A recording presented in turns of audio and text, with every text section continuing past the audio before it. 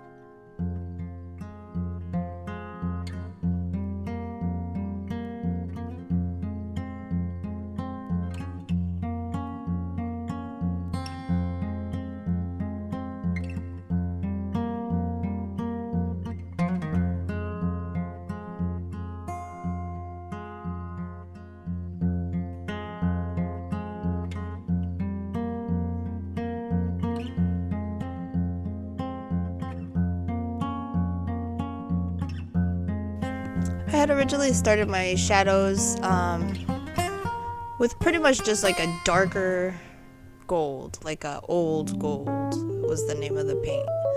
And it helped me to find the shadows, but it really looks flat when you just use a shade down. So I started adding in purple for the shadows to give it a little bit more depth and to feel a little bit more alive. I'm trying to keep my lines as straight as they could be. I'm trying to keep the consistency of the ring from one to the other. And yeah, there it goes. So the Orphanim were actually mentioned a couple times within the Bible. A couple of the times that they were mentioned in the book of Enoch, which is technically not in the Bible, but it is a book that is found that used to be in the Bible, but it's not orthodox, I guess, depending on your religious views. But I still think it is something that can be looked at as far as for a reference for a angel and how it maybe looks and coincides with the other references. The first reference I will read is actually from the book of Daniel,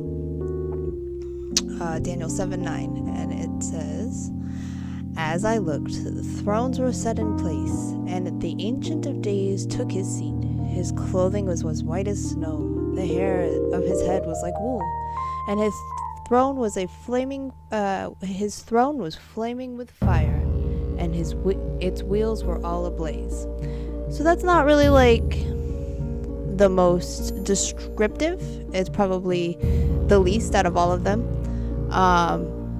But once you put it together with the other ones, you kind of see that when it talks about his thrones, it's actually talking about the angels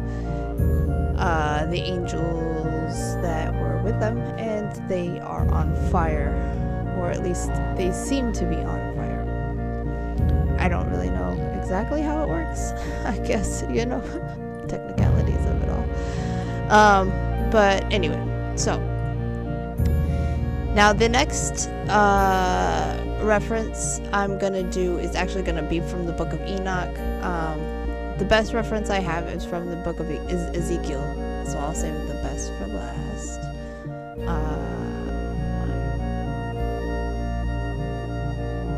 So we'll start at the beginning. It's kind of like in the middle of the story. I'm not gonna read the whole thing. I'm just gonna read the part that is relevant. This is the book of Enoch, chapter 61,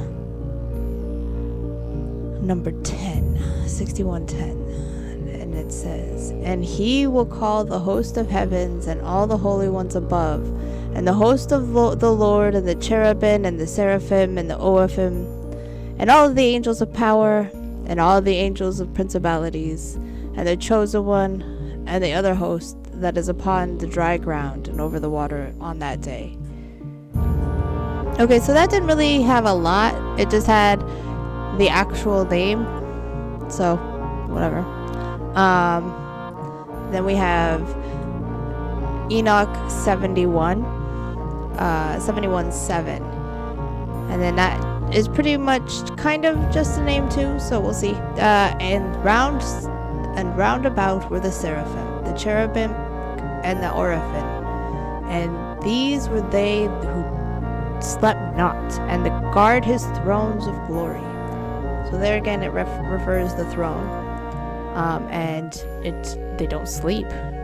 I mean, they're angels; they don't need to sleep. Okay, so not a lot to go on as far as what am I supposed to paint with that. Just somebody who's an insomniac, I guess. So anyway, we're gonna actually read the reference that matters and is the best of all of them. That would be Ezekiel 1:15 through 21.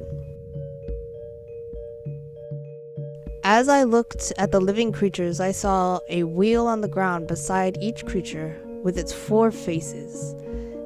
This was the appearance of the structure of the wheels. They sparkled like topaz, and all 4 looked alike. Each appeared to be made like a wheel intersecting a wheel. As they moved, they would go in any one of the 4 directions that the creature faced. The wheels did not change directions as the creatures went. Their rims were high and awesome, and all 4 rims were full of eyes all around. When the living creatures moved, the wheels beside them moved. And when the living creatures rose from the ground, the wheels also rose. Whenever the spirit would go, they would go. The wheels would rise along them, because the spirit of the living creature was the wheels. The creature moved, they also moved. When the creature stood still, they also stood still. And when the creatures rose from the ground, the wheels rose with them, because the spirit of the living creature was in the wheels. So here you can see that the description is a lot better. There's a lot more to go on. I could actually form an idea of what to actually paint. The connection has been made between the Orphanim and UFOs, like maybe ancient aliens. What do you think?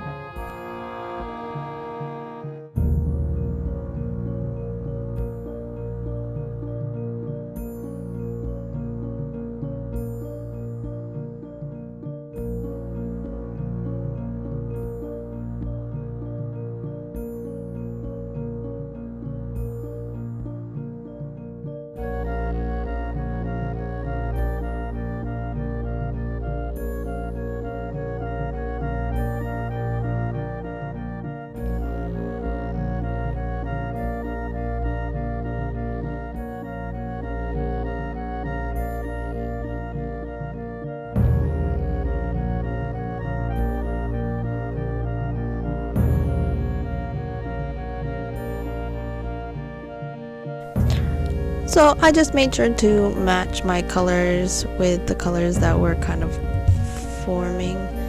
Kind of just follow the clouds. This looks like it would still be purple. So does this. And then I'll add a little bit of white here. A little smudgy smudge. Keep it going.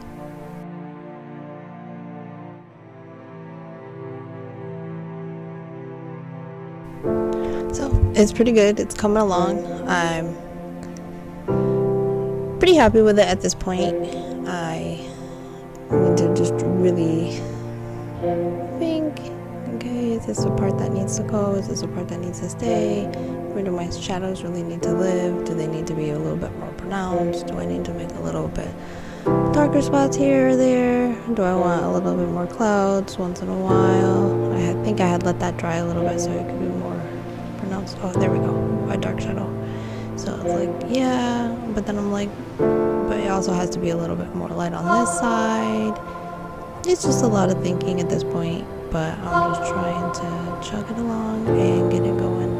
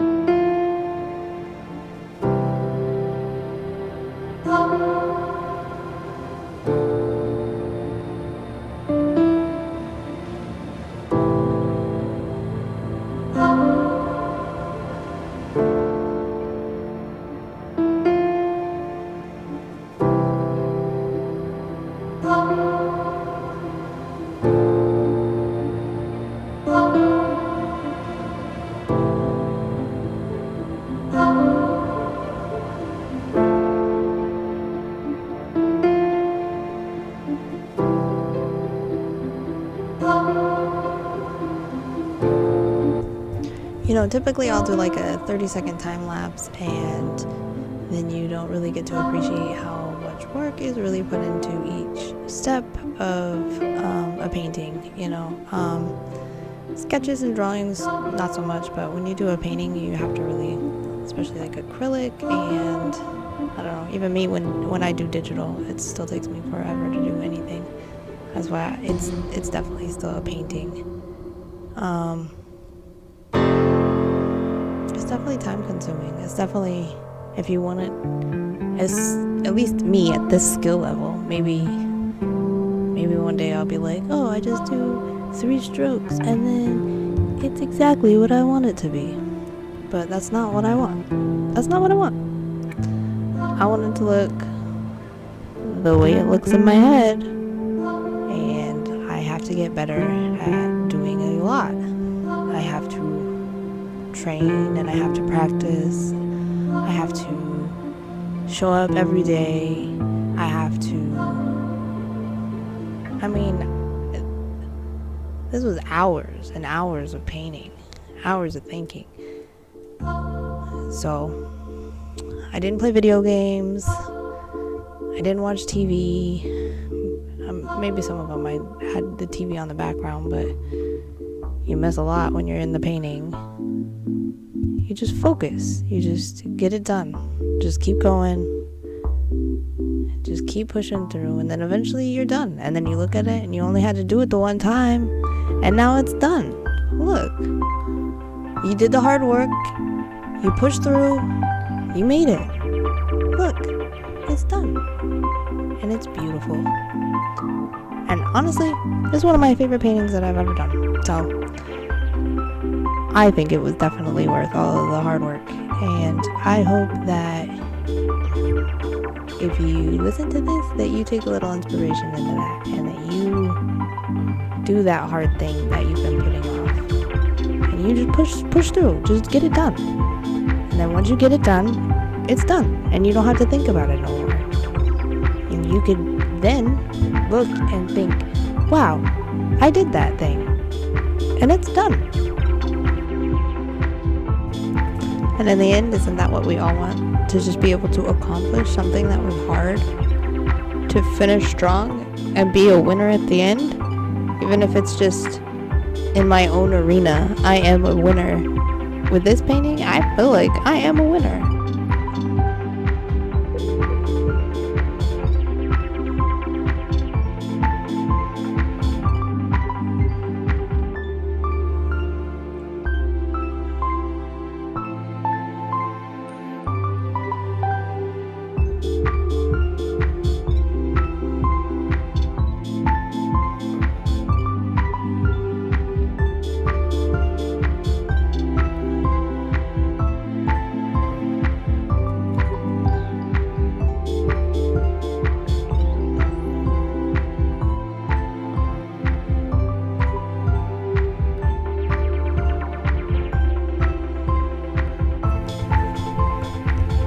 You know, sometimes, every once in a while, I will Twitch, I will go live stream, and I will just, you know, paint or draw or whatever.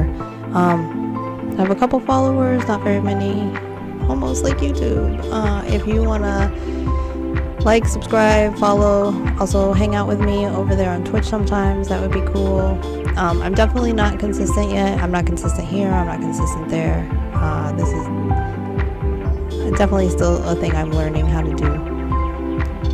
Turns out artist and business tree is not the same. Anyway, so I only have a little bit of you guys. Those who watch, follow, like, subscribe. You guys mean a lot to me. Very cool of you to do things like watch my video for any length of time. I appreciate it. If you get to this point, you are cool.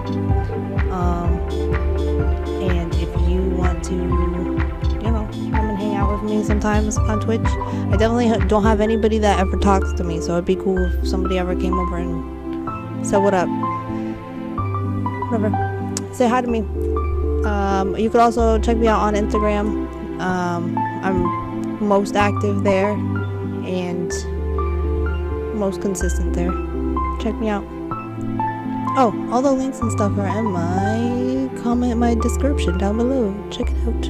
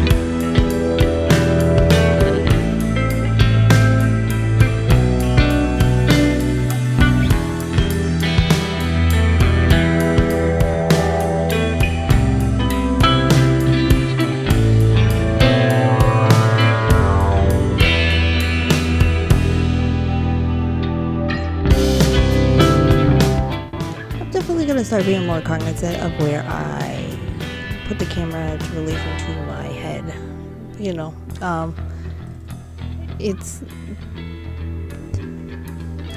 not used to recording myself. I'm not used to thinking about it. Like, I had set it up and I kind of just forgot about it, and then I just painted. Got in the zone. I'm focused. Which was cool, but now you can see my hand really cool, but you can't really see my paint strokes. And I think that the next time I do a recording, I will get my camera a little bit closer so you could actually see what's going on. I think that's a good idea. I am a noob, and if you have any tips or hints that you would like to talk to me about, I would totally appreciate it in the comments down below. Also, like, all my music is from the YouTube library. I don't know. It's not necessarily the coolest. I mean, thank you, YouTube, for giving me an awesome library that I could access for free, and I don't have to pay for it. But if you know any others, I would also appreciate the tips and tricks that you may have. I've done some research, and a lot of them seem like they might also have a virus attached to them, so I don't know. I just want to not do that. If you know any legit ones, let me know. So I'm gonna stop this video here because it's like a half an hour. I'm going to probably have one more video, and then that will be that. It'll be the best one because it's the end, and the end is always the funnest. Come and check me out for number 3. See ya! You're the best! Bye!